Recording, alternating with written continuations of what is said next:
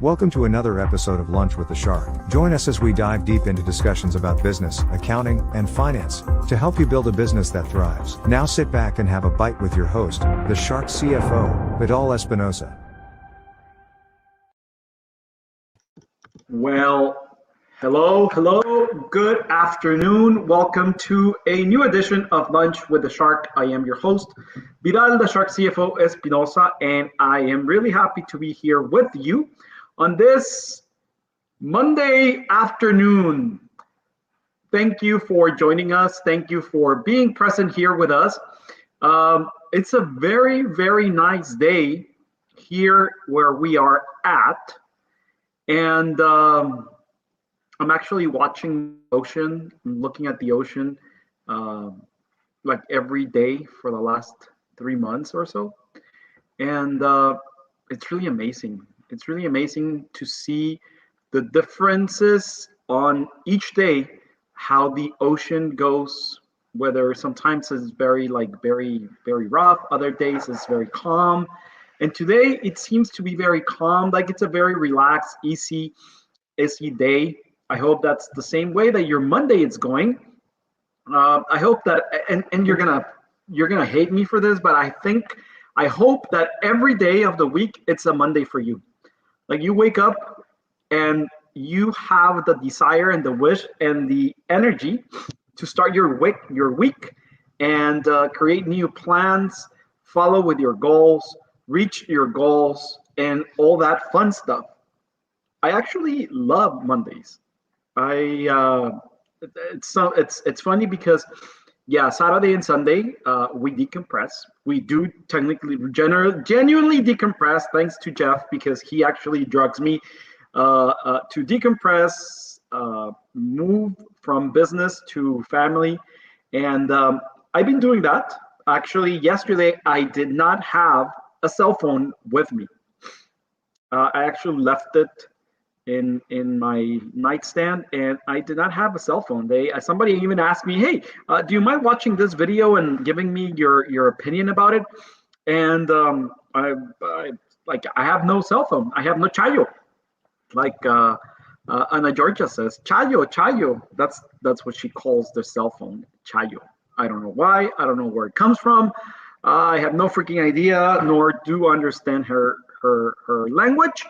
But we know that this little chingaderita and the remote control are called chayos. So, Ana Georgia, I had no chayo yesterday, so I'm sorry. And that's what you should do. Have no chayo. And we are actually in the last week of February of 2021. And things are going great. We are actually in the office starting our tax season, even though last week was the beginning of the official opening of the tax season. We are actually starting this week to process tax returns for individuals and corporations and all that fun stuff. And we're actually more than ready. We are ready for us to receive all your tax documents. Send them to invictus-advisors.com/taxes, because this year we are 100% virtual. We are not having meetings in person whatsoever. So we are not going to be able to shake your hand or kick your elbow or fist bump any of our clients, unfortunately, or new clients. Everything's going to be done 100% remotely, electronically, online, face-to-face via Zoom or any other method of communication, but not in person. You know what? I believe that it's a little bit informal. I believe it's a little bit unpersonal, but this is for everybody's well-being. Unfortunately, this is where everything's going to. Nevertheless, we are not a machine that answers and press 21 for customer service, press 46 when you're in customer service to be transferred to this. Listen to our new messages because our options had changed. No. We're not that type. You're just press one button and you either reach me or somebody else in my team. That's it. Full access. Now, you're going to talk to somebody, a human being, and we're going to be able to help you. People, be very careful with advertisings that are circulating out there that they can save you $10,000 or more in taxes. Hey, I can give you 4 tax strategies from anywhere that will be able to save you more than $10,000. But there's a problem. Do you qualify for them? Oh, I can save you more than $10,000. Press here, get your quote here, do da da da da da. Dude, you might not qualify for any of them at all. In order for you to qualify, you must have a business, a true business, something that generates you revenue. I've seen some tax returns where people, tax preparers, they call themselves CPAs or enrolled agents, and they create Schedule Cs like businesses just to put expenses there. Where's your revenue? Be careful. Be careful what you sign in your tax returns, because if you're not aware of that, or you claim you're not aware of that, it's on you. It's not on the tax preparer at all. You are responsible for those taxes. The tax preparer will be liable for a penalty for inputting wrong information, erroneous information. But in order for them to be punished for tax evasion, because that's what it is, tax evasion, you need to prove to the IRS that you had no idea. But the no idea goes away when you sign your tax return, when you sign that agreement, when you approve that tax return. So be very careful. Yes, I can tell you right now, one, the Augusta rule. Google it up, but you don't have a business. If you don't have a business, you don't qualify. You can put your kids in the payroll up to a certain amount. Social Security, Medicare, tax-free, and it doesn't tax you. It can save you a shitload of amount of taxes based on the number of kids you have. But do you qualify? No, you don't. You might not qualify for that. So be very careful on which tax planning they offer you or you apply for, or don't do your taxes on your own. $4 million in refund, that will be amazing, but unless you prepaid $10 million in taxes, you might get a $4 million refund, but otherwise you won't, okay? So be very careful. And with that said, we are going to go into a very, very, very, very interesting topic this week.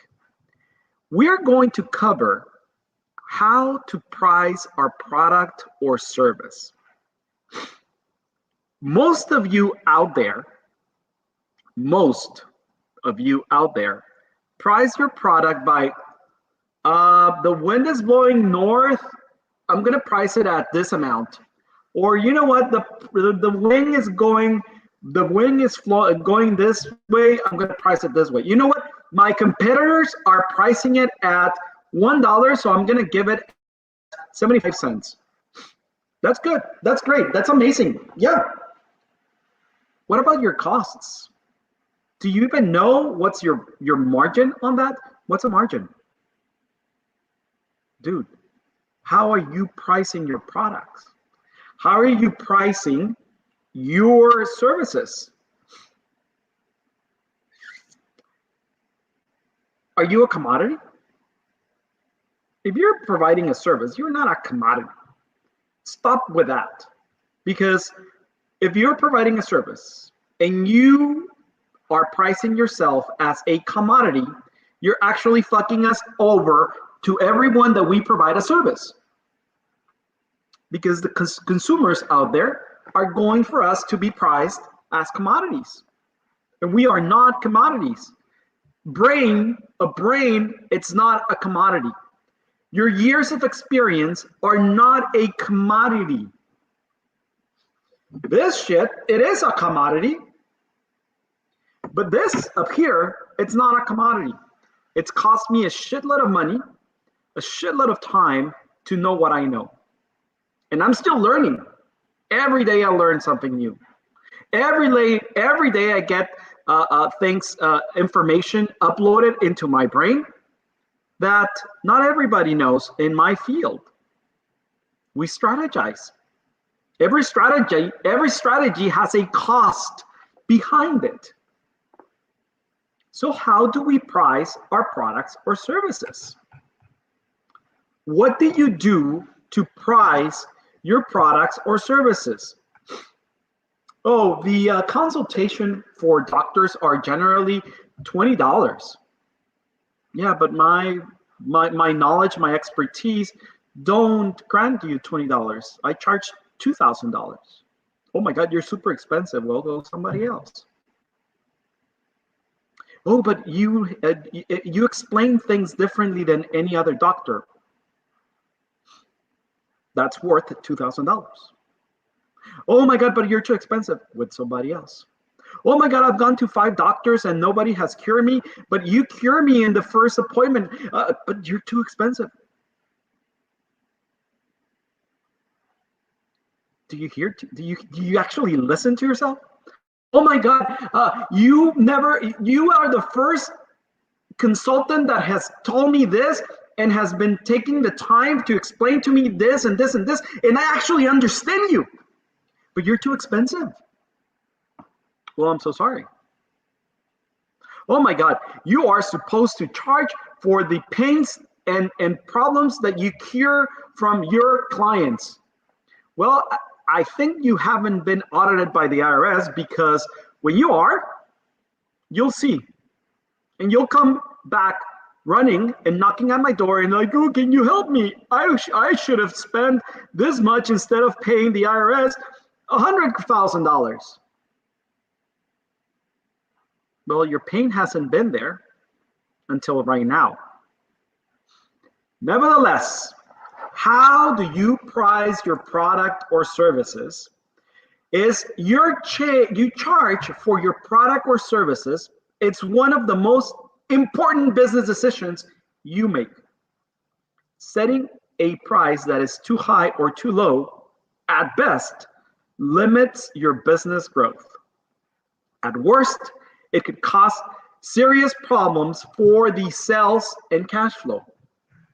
If you're starting a business, carefully consider your price strategy to start. Established businesses can improve their profitability through regular price reviews.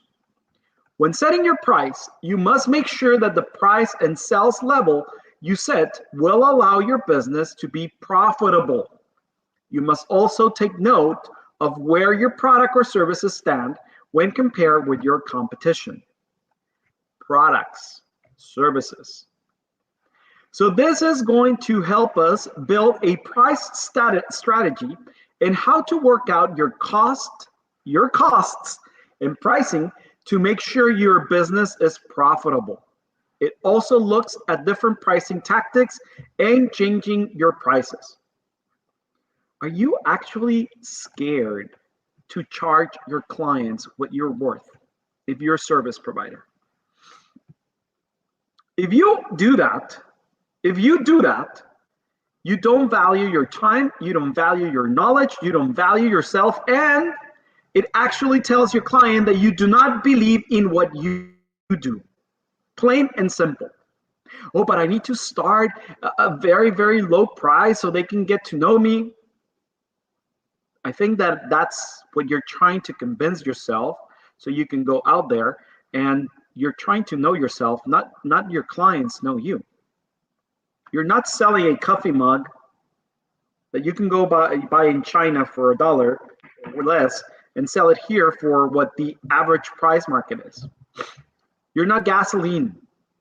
Oh, the average price for gasoline is $4 a gallon right now in San Diego. So I'm gonna do it for $4.05. Oh my God, I'm so out of range. You are not a commodity. That's a commodity. And I'm focusing mostly on services because most of our clients are service-based. Most of you might be service-based. Now, if you do sell a product based on the quality, based on your brand, based on your own merits, that's how much you're gonna charge. Dude, come on. Where is it? Here. Here's my briefcase. Okay, I'm not trying to be a show-off. It's a Louis briefcase for my computer, right? It's made of plastic. It's plastic. It's not even leather. Okay? I don't remember how much I pay for it, but I could easily have bought a regular plastic briefcase for 1/20th of what I probably paid for this. It's plastic, but just the brand makes the difference. Difference between cost and value. That is right. Do you understand what I'm trying to say here? So the difference between cost and value, it's knowing the difference between cost and value to increase your profitability. The cost of your product or service is the amount you spend to produce it. The cost. The price is the financial reward for providing the product or services. The value is what your customers believe the product or services is worth to them. I personally do not want to be carrying just another plastic briefcase. It's not that I'm seeking significance, or it's not that I am just pretentious. I really don't want that. I really don't care for that, right? That's my perceived value on this brand. That's what your customers do. They don't perceive the value on maybe on the services that you're providing, because sometimes also you don't believe in yourself. Now, how much does it cost you to provide that service or product to your clients? The difference between the cost and the price, that's your value, your personal value. That would be your profit, okay? To maximize your profit, you need to find out what benefits your customers from using your product or services. The criteria your customers use for buying decision. For example, speed of delivery, conversation, or reliability. What value your customer place on receiving the benefits you provide. Wherever possible, set prices that reflect the value you provide, not the cost. Do you have costs for the product or services you deliver? Oh my God, how do I do that? Very simple. Grab a piece of paper and or open an Excel sheet, a spreadsheet, right? Write down all the ingredients as if it was a recipe for you to prepare a dish. Write down all the ingredients that it's utilized for you to deliver that product and or to deliver that service or produce that product. For this mug, we utilize 100 grams of ceramic, 1 ounce of paint, every single ingredient we utilize to manufacture this mug. Don't forget to include the time or labor. That's how you determine the cost for your product or services. Okay, so I'm going to prepare tax returns. I have to first request documentation for client. How long does that take me? 15 minutes. Review all documentation received from client, another 15 minutes. Start the system, like every single step, every single ingredient that I'm going to utilize for us to prepare a tax return. Now, I then go and value those times, because we're utilizing times, based on the level of difficulty or based on the level of people that are going to be in my staff doing those tasks. That's how I value. That's how I determine the cost. That's how I determine, yes, my fixed costs versus my variable costs. I need to understand this too. My fixed costs, what are they? The ones I know that I'm going to have every single freaking month. Every month. And they're fixed. Obviously, my electricity bill, my telephone bill, my internet bill, some of those are a little bit variable, but I know that I'm going to have them, and I know an average. Utilize that. Okay?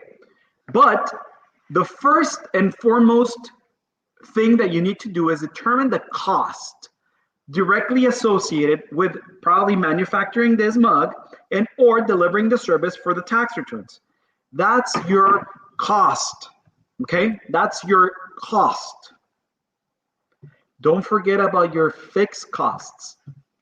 You should have a value. You internally in your business. You are running your business. Sometimes it's like, oh, no, I'm not going to pay myself. Whatever is left, I'll pay myself. That's not a business. You're not making money. You ain't making money there.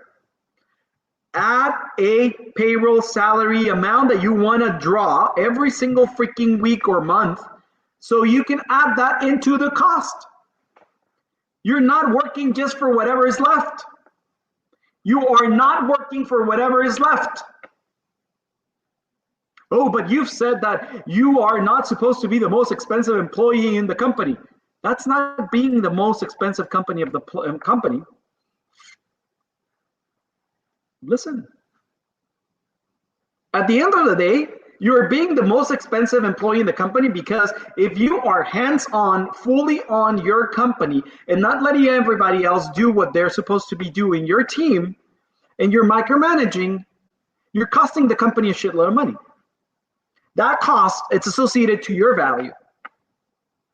But at the same time, if you're not drawing a salary or a stipend every single month, you're just taking whatever is left, dude, people are working for more than you are in your company. Oh, that makes sense. Yes, it does make sense. Cost plus versus value-based pricing. These are two basic metrics of pricing your product and services. Cost plus and value-based pricing.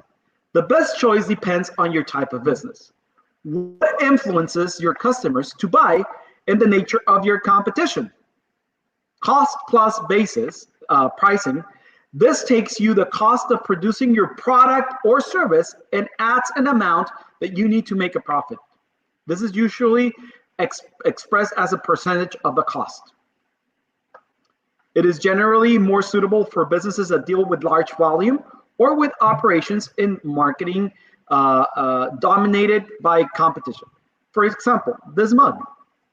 This mug is a cost plus basis.